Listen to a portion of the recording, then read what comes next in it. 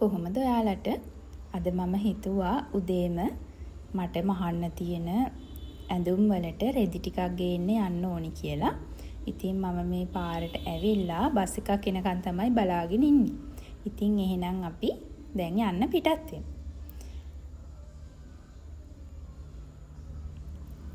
ඉතින් ඔන්න මම ගාල්ල ටවුන් එකෙන් මේ විදියට බැහැලා ටිකක් වෙලා නැවතිලා මුහුද දිහාත් බලාගෙන ඉඳලා තමයි මෙතනින් ගියේ. මේ විදියට තනියම නිදහසේ ඉන්න මං ගොඩක් ආස කරන තැනක් තමයි මුහුද දිහා බලාගෙන ඉන්න එක. ඇත්තටම හරිම හිත නිවෙන තැනක්. මම ඊට පස්සේ ගියා මට ඕන කරන බඩු ටිකක් ගන්න. අන්තිමටම මම මේ ආවි ගාල්ල සරසි රෙදි ගෙදරට. මෙතනට આવොත් ඔයාලට ගොඩක් අඩුම මිලට ඕනම මැටීරියල් එකක් ගන්න පුළුවන්. ඇත්තටම කියනවා නම් ලොකු කලෙක්ෂන් එකක් තියෙනවා මෙතන තෝරලා ගන්න. බ්‍රයිඩල් මැටීරියල්, පාටි මැටීරියල්, එතකොට අපිට නෝමල් ෆ්‍රොක්ස් මහන්න ඕන මැටීරියල් ඕන විදියකට අපිට තෝරලා ගන්න පුළුවන්. මම අද ගියේ සුදු පාට ෆ්‍රොක් එකකට මෙන්න මේ වගේ බ්‍රයිඩල් නෙට් එකක් ගන්නයි. ඒකට අවශ්‍ය කරන තව පොඩි පොඩි දේවල් ටිකක් මට ගන්න තිබුණා. මම ඒවත් අරගත්තා.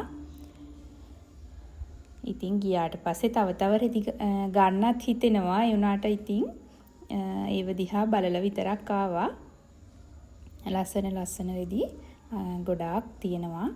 ඊට පස්සේ ඉතින් රෙදි අරගෙන ඉවර වෙලා මොනවා හරි කාලේ යන්න තමයි මම මේ ආවේ. මේ විදියට තනියම දවසක් ගෙවනවා කියන එක මම හරිම ආස කරන දෙයක්.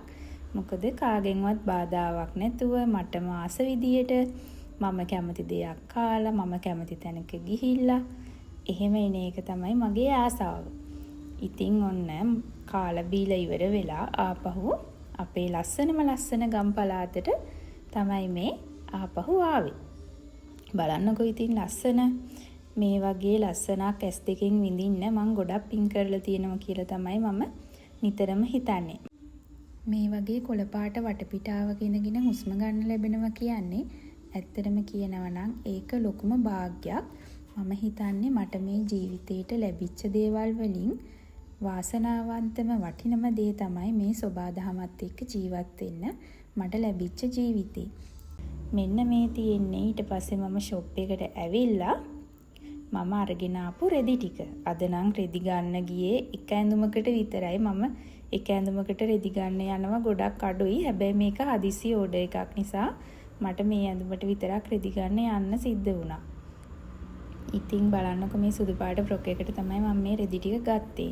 හැබැයි මට මේ වීඩියෝ එකෙන් නම් මේ ෆ්‍රොක් එක මහන එකක් ෆයිනල් ලුක් එක ඔයාලට පෙන්වන්න විදියක් නැහැ. මම ඒක වෙන දවසක ඔයාලට මහලා ඒකේ ලස්සන කොහොමද කියලා පෙන්වන්නම්. එතකන් අද අපි වෙන වැඩ ටිකක් බලමුකෝ. මොකද මට මේක තාම මේ වීඩියෝ එක කරන වෙලාවෙත් මට මේක මහලා ඉවර කරගන්න බැරි වුණා. මම ඊළඟ වීඩියෝ එකකින් ඔයාලට ඒක අරගෙන එන්නම්.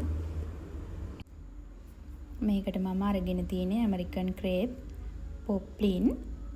එතකොට බ්‍රයිඩල් නෙට් මේ නෙට් එක නම් වෙනමම මම මල් ටිකක් කපලා ගන්න ගත්ත නෙට් මැටීරියල් එකක්.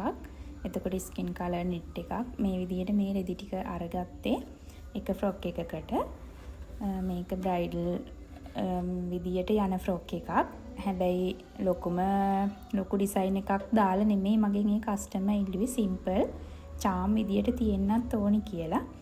මම අනිවාර්යයෙන්ම යාලට ඒකේ වැඩ ඉවරුණාට පස්සේ ලස්සන කොහොමද තියෙන්නේ කියලා වීඩියෝ එකකින් අරගෙන එන්නම්. ඊළඟට මෙන්න මේ ෆ්‍රොක් එකත් ලස්සනයිද කියලා බලන්නකෝ. මේක මේ පාටි ෆ්‍රොක් එකක්. මේකත් ඔයාලට ඔන්ලයින් උනත් ඕඩර් කරගන්න පුළුවන් රෙන්ට් එකට ඕනම කෙනෙක්ට. ඊළඟට මම ඉතින් මේ ඒ දවසේම නෙමෙයි එදා මට ලොකු වැඩ කොටසක් කරගන්න බැරි වුණා. ඊට පස්සේ මම මේ කර්ටන් ටිකක් හදාගන්න මහගන්න තමයි හැදුවේ. මහලා ඉවරයි. මේ අයිලට් අල්ලගන්න තමයි මේවට තියෙන්නේ. මේ එකම සයිස් එකේ කර්ටන් 3ක් තමයි යාලා මහලා ඉල්ලුවේ. මම ඉතින් මේ පළවෙනි එකේ වැඩ ඉවර කරලා ඒක තියලා තමයි මේ අනිත් එකේ අයිලට් කපා ගන්න ඕනේ ප්‍රමාණය ලකුණු කරගන්නේ. මම කර්ටන් මහන කෙනෙක් නං නෙමෙයි. ඒක නිසා මම මේ කරන්නේ සමහර විට හරිම විදිය නෙමෙයි වෙන්නත් පුළුවන්. ඒ වුණාට මට පහසුයි කියලා හිතෙන විදියට තමයි මම මේක මේ කරගන්නේ. ඔයාලත් ඉතින් කර්ටන් ගැන දන්න, කර්ටන් මහන්න දන්න, එහෙම නැත්නම් ඒ ගැන දන්න කෙනෙක් නම් ඔයාලගේ අදහසත් පහලින් කමෙන්ට් එකක් විදියට දාන්න. තව ලේසි ක්‍රම තියෙනවද කියලා. මට පහසු ක්‍රමයේ තමයි මම මේ කරගන්නේ. ඇත්තටම කියනවා නම් මම කර්ටන් මහන්න නැහැ. මට මේ කස්ටමර් කෙනෙක් බ්‍රයිඩල් ෆ්‍රොක් මහ ගන්න ආපු කස්ටමර් කෙනෙක් මගෙන් ඇහුවා නේ කොහොම හරි අපේ ගෙදරට කර්ටන් ටිකක් හදලා දෙන්න පුළුවන්ද කියලා. ඒක නිසා මම බෑ කියන්න බැරි නිසා මම මේක කරලා දෙන්න බාරගත්තේ. එයා මගෙන් නිතරම ෆ්‍රොක්ස් එහෙම වහගෙන යන කස්ටමර් කෙනෙක් නිසා අන්තිමට මට මේක එයාලගේ හිතේ තිබුණ විදියටම ලස්සනට කරලා දෙන්න පුළුවන් වුණා. මට ඒකෙන් හිතුණ දෙයක් තමයි අපි දෙයක් නොකර ඉන්නකොට අපිට අපේ ළඟටම කවුරුවත් අපිට ඕඩර්ස් ගෙනල්ලා දෙන්නේ නැහැ. අපි දේවල් කරන්න ඕනේ. ඒ කරද්දි තමයි අපිට තව තවත් ඕඩර්ස් එන්නේ. අපිට දේවල් වැරදි හරි කරන්න අපි අපේ හිතේ ශක්තිය ඇති කරගන්න ඕනේ. මොකද එක දෙයක් වැරදුනා කියලා ඊළඟ දේ කරන්නේ නැතුව අතහැරලා දාන එක නෙමෙයි. වැරදි හරි ඉගෙනගෙන කරලා අන්තිමට තමන්ගේ සාර්ථකම නිර්මාණය එළියට ගන්න පුළුවන්. මම ෆ්‍රොක් එකක් මහද්දී වුණත් හිතන දේ තමයි මම ඊයේ දවසේ මහපු ෆ්‍රොක් එකට වඩා මේක තමයි මම මගේ ජීවිතේ මහන ලස්සනම ෆ්‍රොක් එක කියලා හිතාගෙන තමයි මම මහන්නේ. එහෙම හිතලා මැහුවට පස්සේ මගේ අතින් වෙන අඩුපාඩු ප්‍රමාණය අඩුයි කියන්නේ ඇත්තෙම නැති තරම් වෙනවා. සමහර වෙලාවට කස්ටමර් ඇන්දට පස්සේ මට ආයේකේ චුට්ටක්වත් වෙනස් කරන්න දෙයක් ඉතුරු වෙන්නේ නැති තරම්. මොකද මම නිතරම හිතනවා මේ ෆ්‍රොක් එක තමයි මම මහන හොඳම ෆ්‍රොක් එක කියලා. දැන් මේ කර්ටන් ගැන වුණත් මම හිතන්නේ එහෙමයි. මම මේක උපරිම හොඳින් කරනවා කියලා. එතකොට මට තියෙන වැරදි අඩුපාඩු ප්‍රමාණය ගොඩක්ම අඩු වෙනවා. මම හිතන්නේ බිස්නස් එකක් පටන් ගන්න ඉන්න කෙනෙක්ට උනත් ඒක හොඳ ක්‍රමයක්. ඒ කියන්නේ එක එක්කෙනාට ආවේනිකයි. මට හදාගෙන තියෙන ක්‍රමය මගේ අතින් වෙන වැරදි අඩුපාඩු අවම කරගන්න මට හදාගෙන තියෙන ක්‍රමය තමයි ඒ විදියට හිතන එක. අපේ හිතන හැම දෙයකටම මුල් වෙන්නේ. එහෙම වුණාට පස්සේ අපේ අතින් වෙන අඩුපාඩු ප්‍රමාණය දවසින් දවස අඩු වෙනවා කියන්නේ අනිවාර්යෙන්ම අපි දවසක හොඳම තැනකට යනවා කියලා අපිට හිතන්න පුළුවන්. මොකද මම ඉස්සර මෙහෙම මහන්න දැනගෙන ඉඳපු කෙනෙක්වත් හරියටම මහන්න තේරිලා තිබුණු කෙනෙක්වත් නෙමෙයි.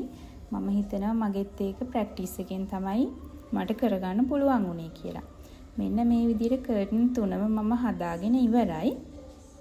අයිලට් ගහගෙන ඔක්කොම කරගෙන ඉවරයි. එයාලා ගෙන දීපු අයිලට්ස් තව ගොඩක් ඉතුරු වුණා. මම එයාලට අයිලට්ස් ගේන්න ඕනි ගාණක් ප්‍රමාණයක් කිව්වේ නැහැ. එයාලම තමයි අරගෙන තිබුණේ. ඉතින් අයිලට්ස් තව ඉතුරු වුණා. ඉතින් මම මේ ටික බෑග් එකකට දාලා එයාලට ඉතුරු වුණු ටිකත් ආයෙ ගෙනියන්න ඒකට බෑග් එකටම දාලා හදලා තිබ්බා. එතකොට ලේසියිනේ. එතකොට මේ වැඩෙත් ඔන්න ඔය විදිහට තමයි මම ඉවර කරගත්තේ. එහෙනම් ආයෙත් දවසක ලස්සන වීඩියෝ එකක් අරගෙන එනකන් සතුටින් පරිස්සමින් ආදරෙන් ඉන්න. තෙරුවන් සරණයි.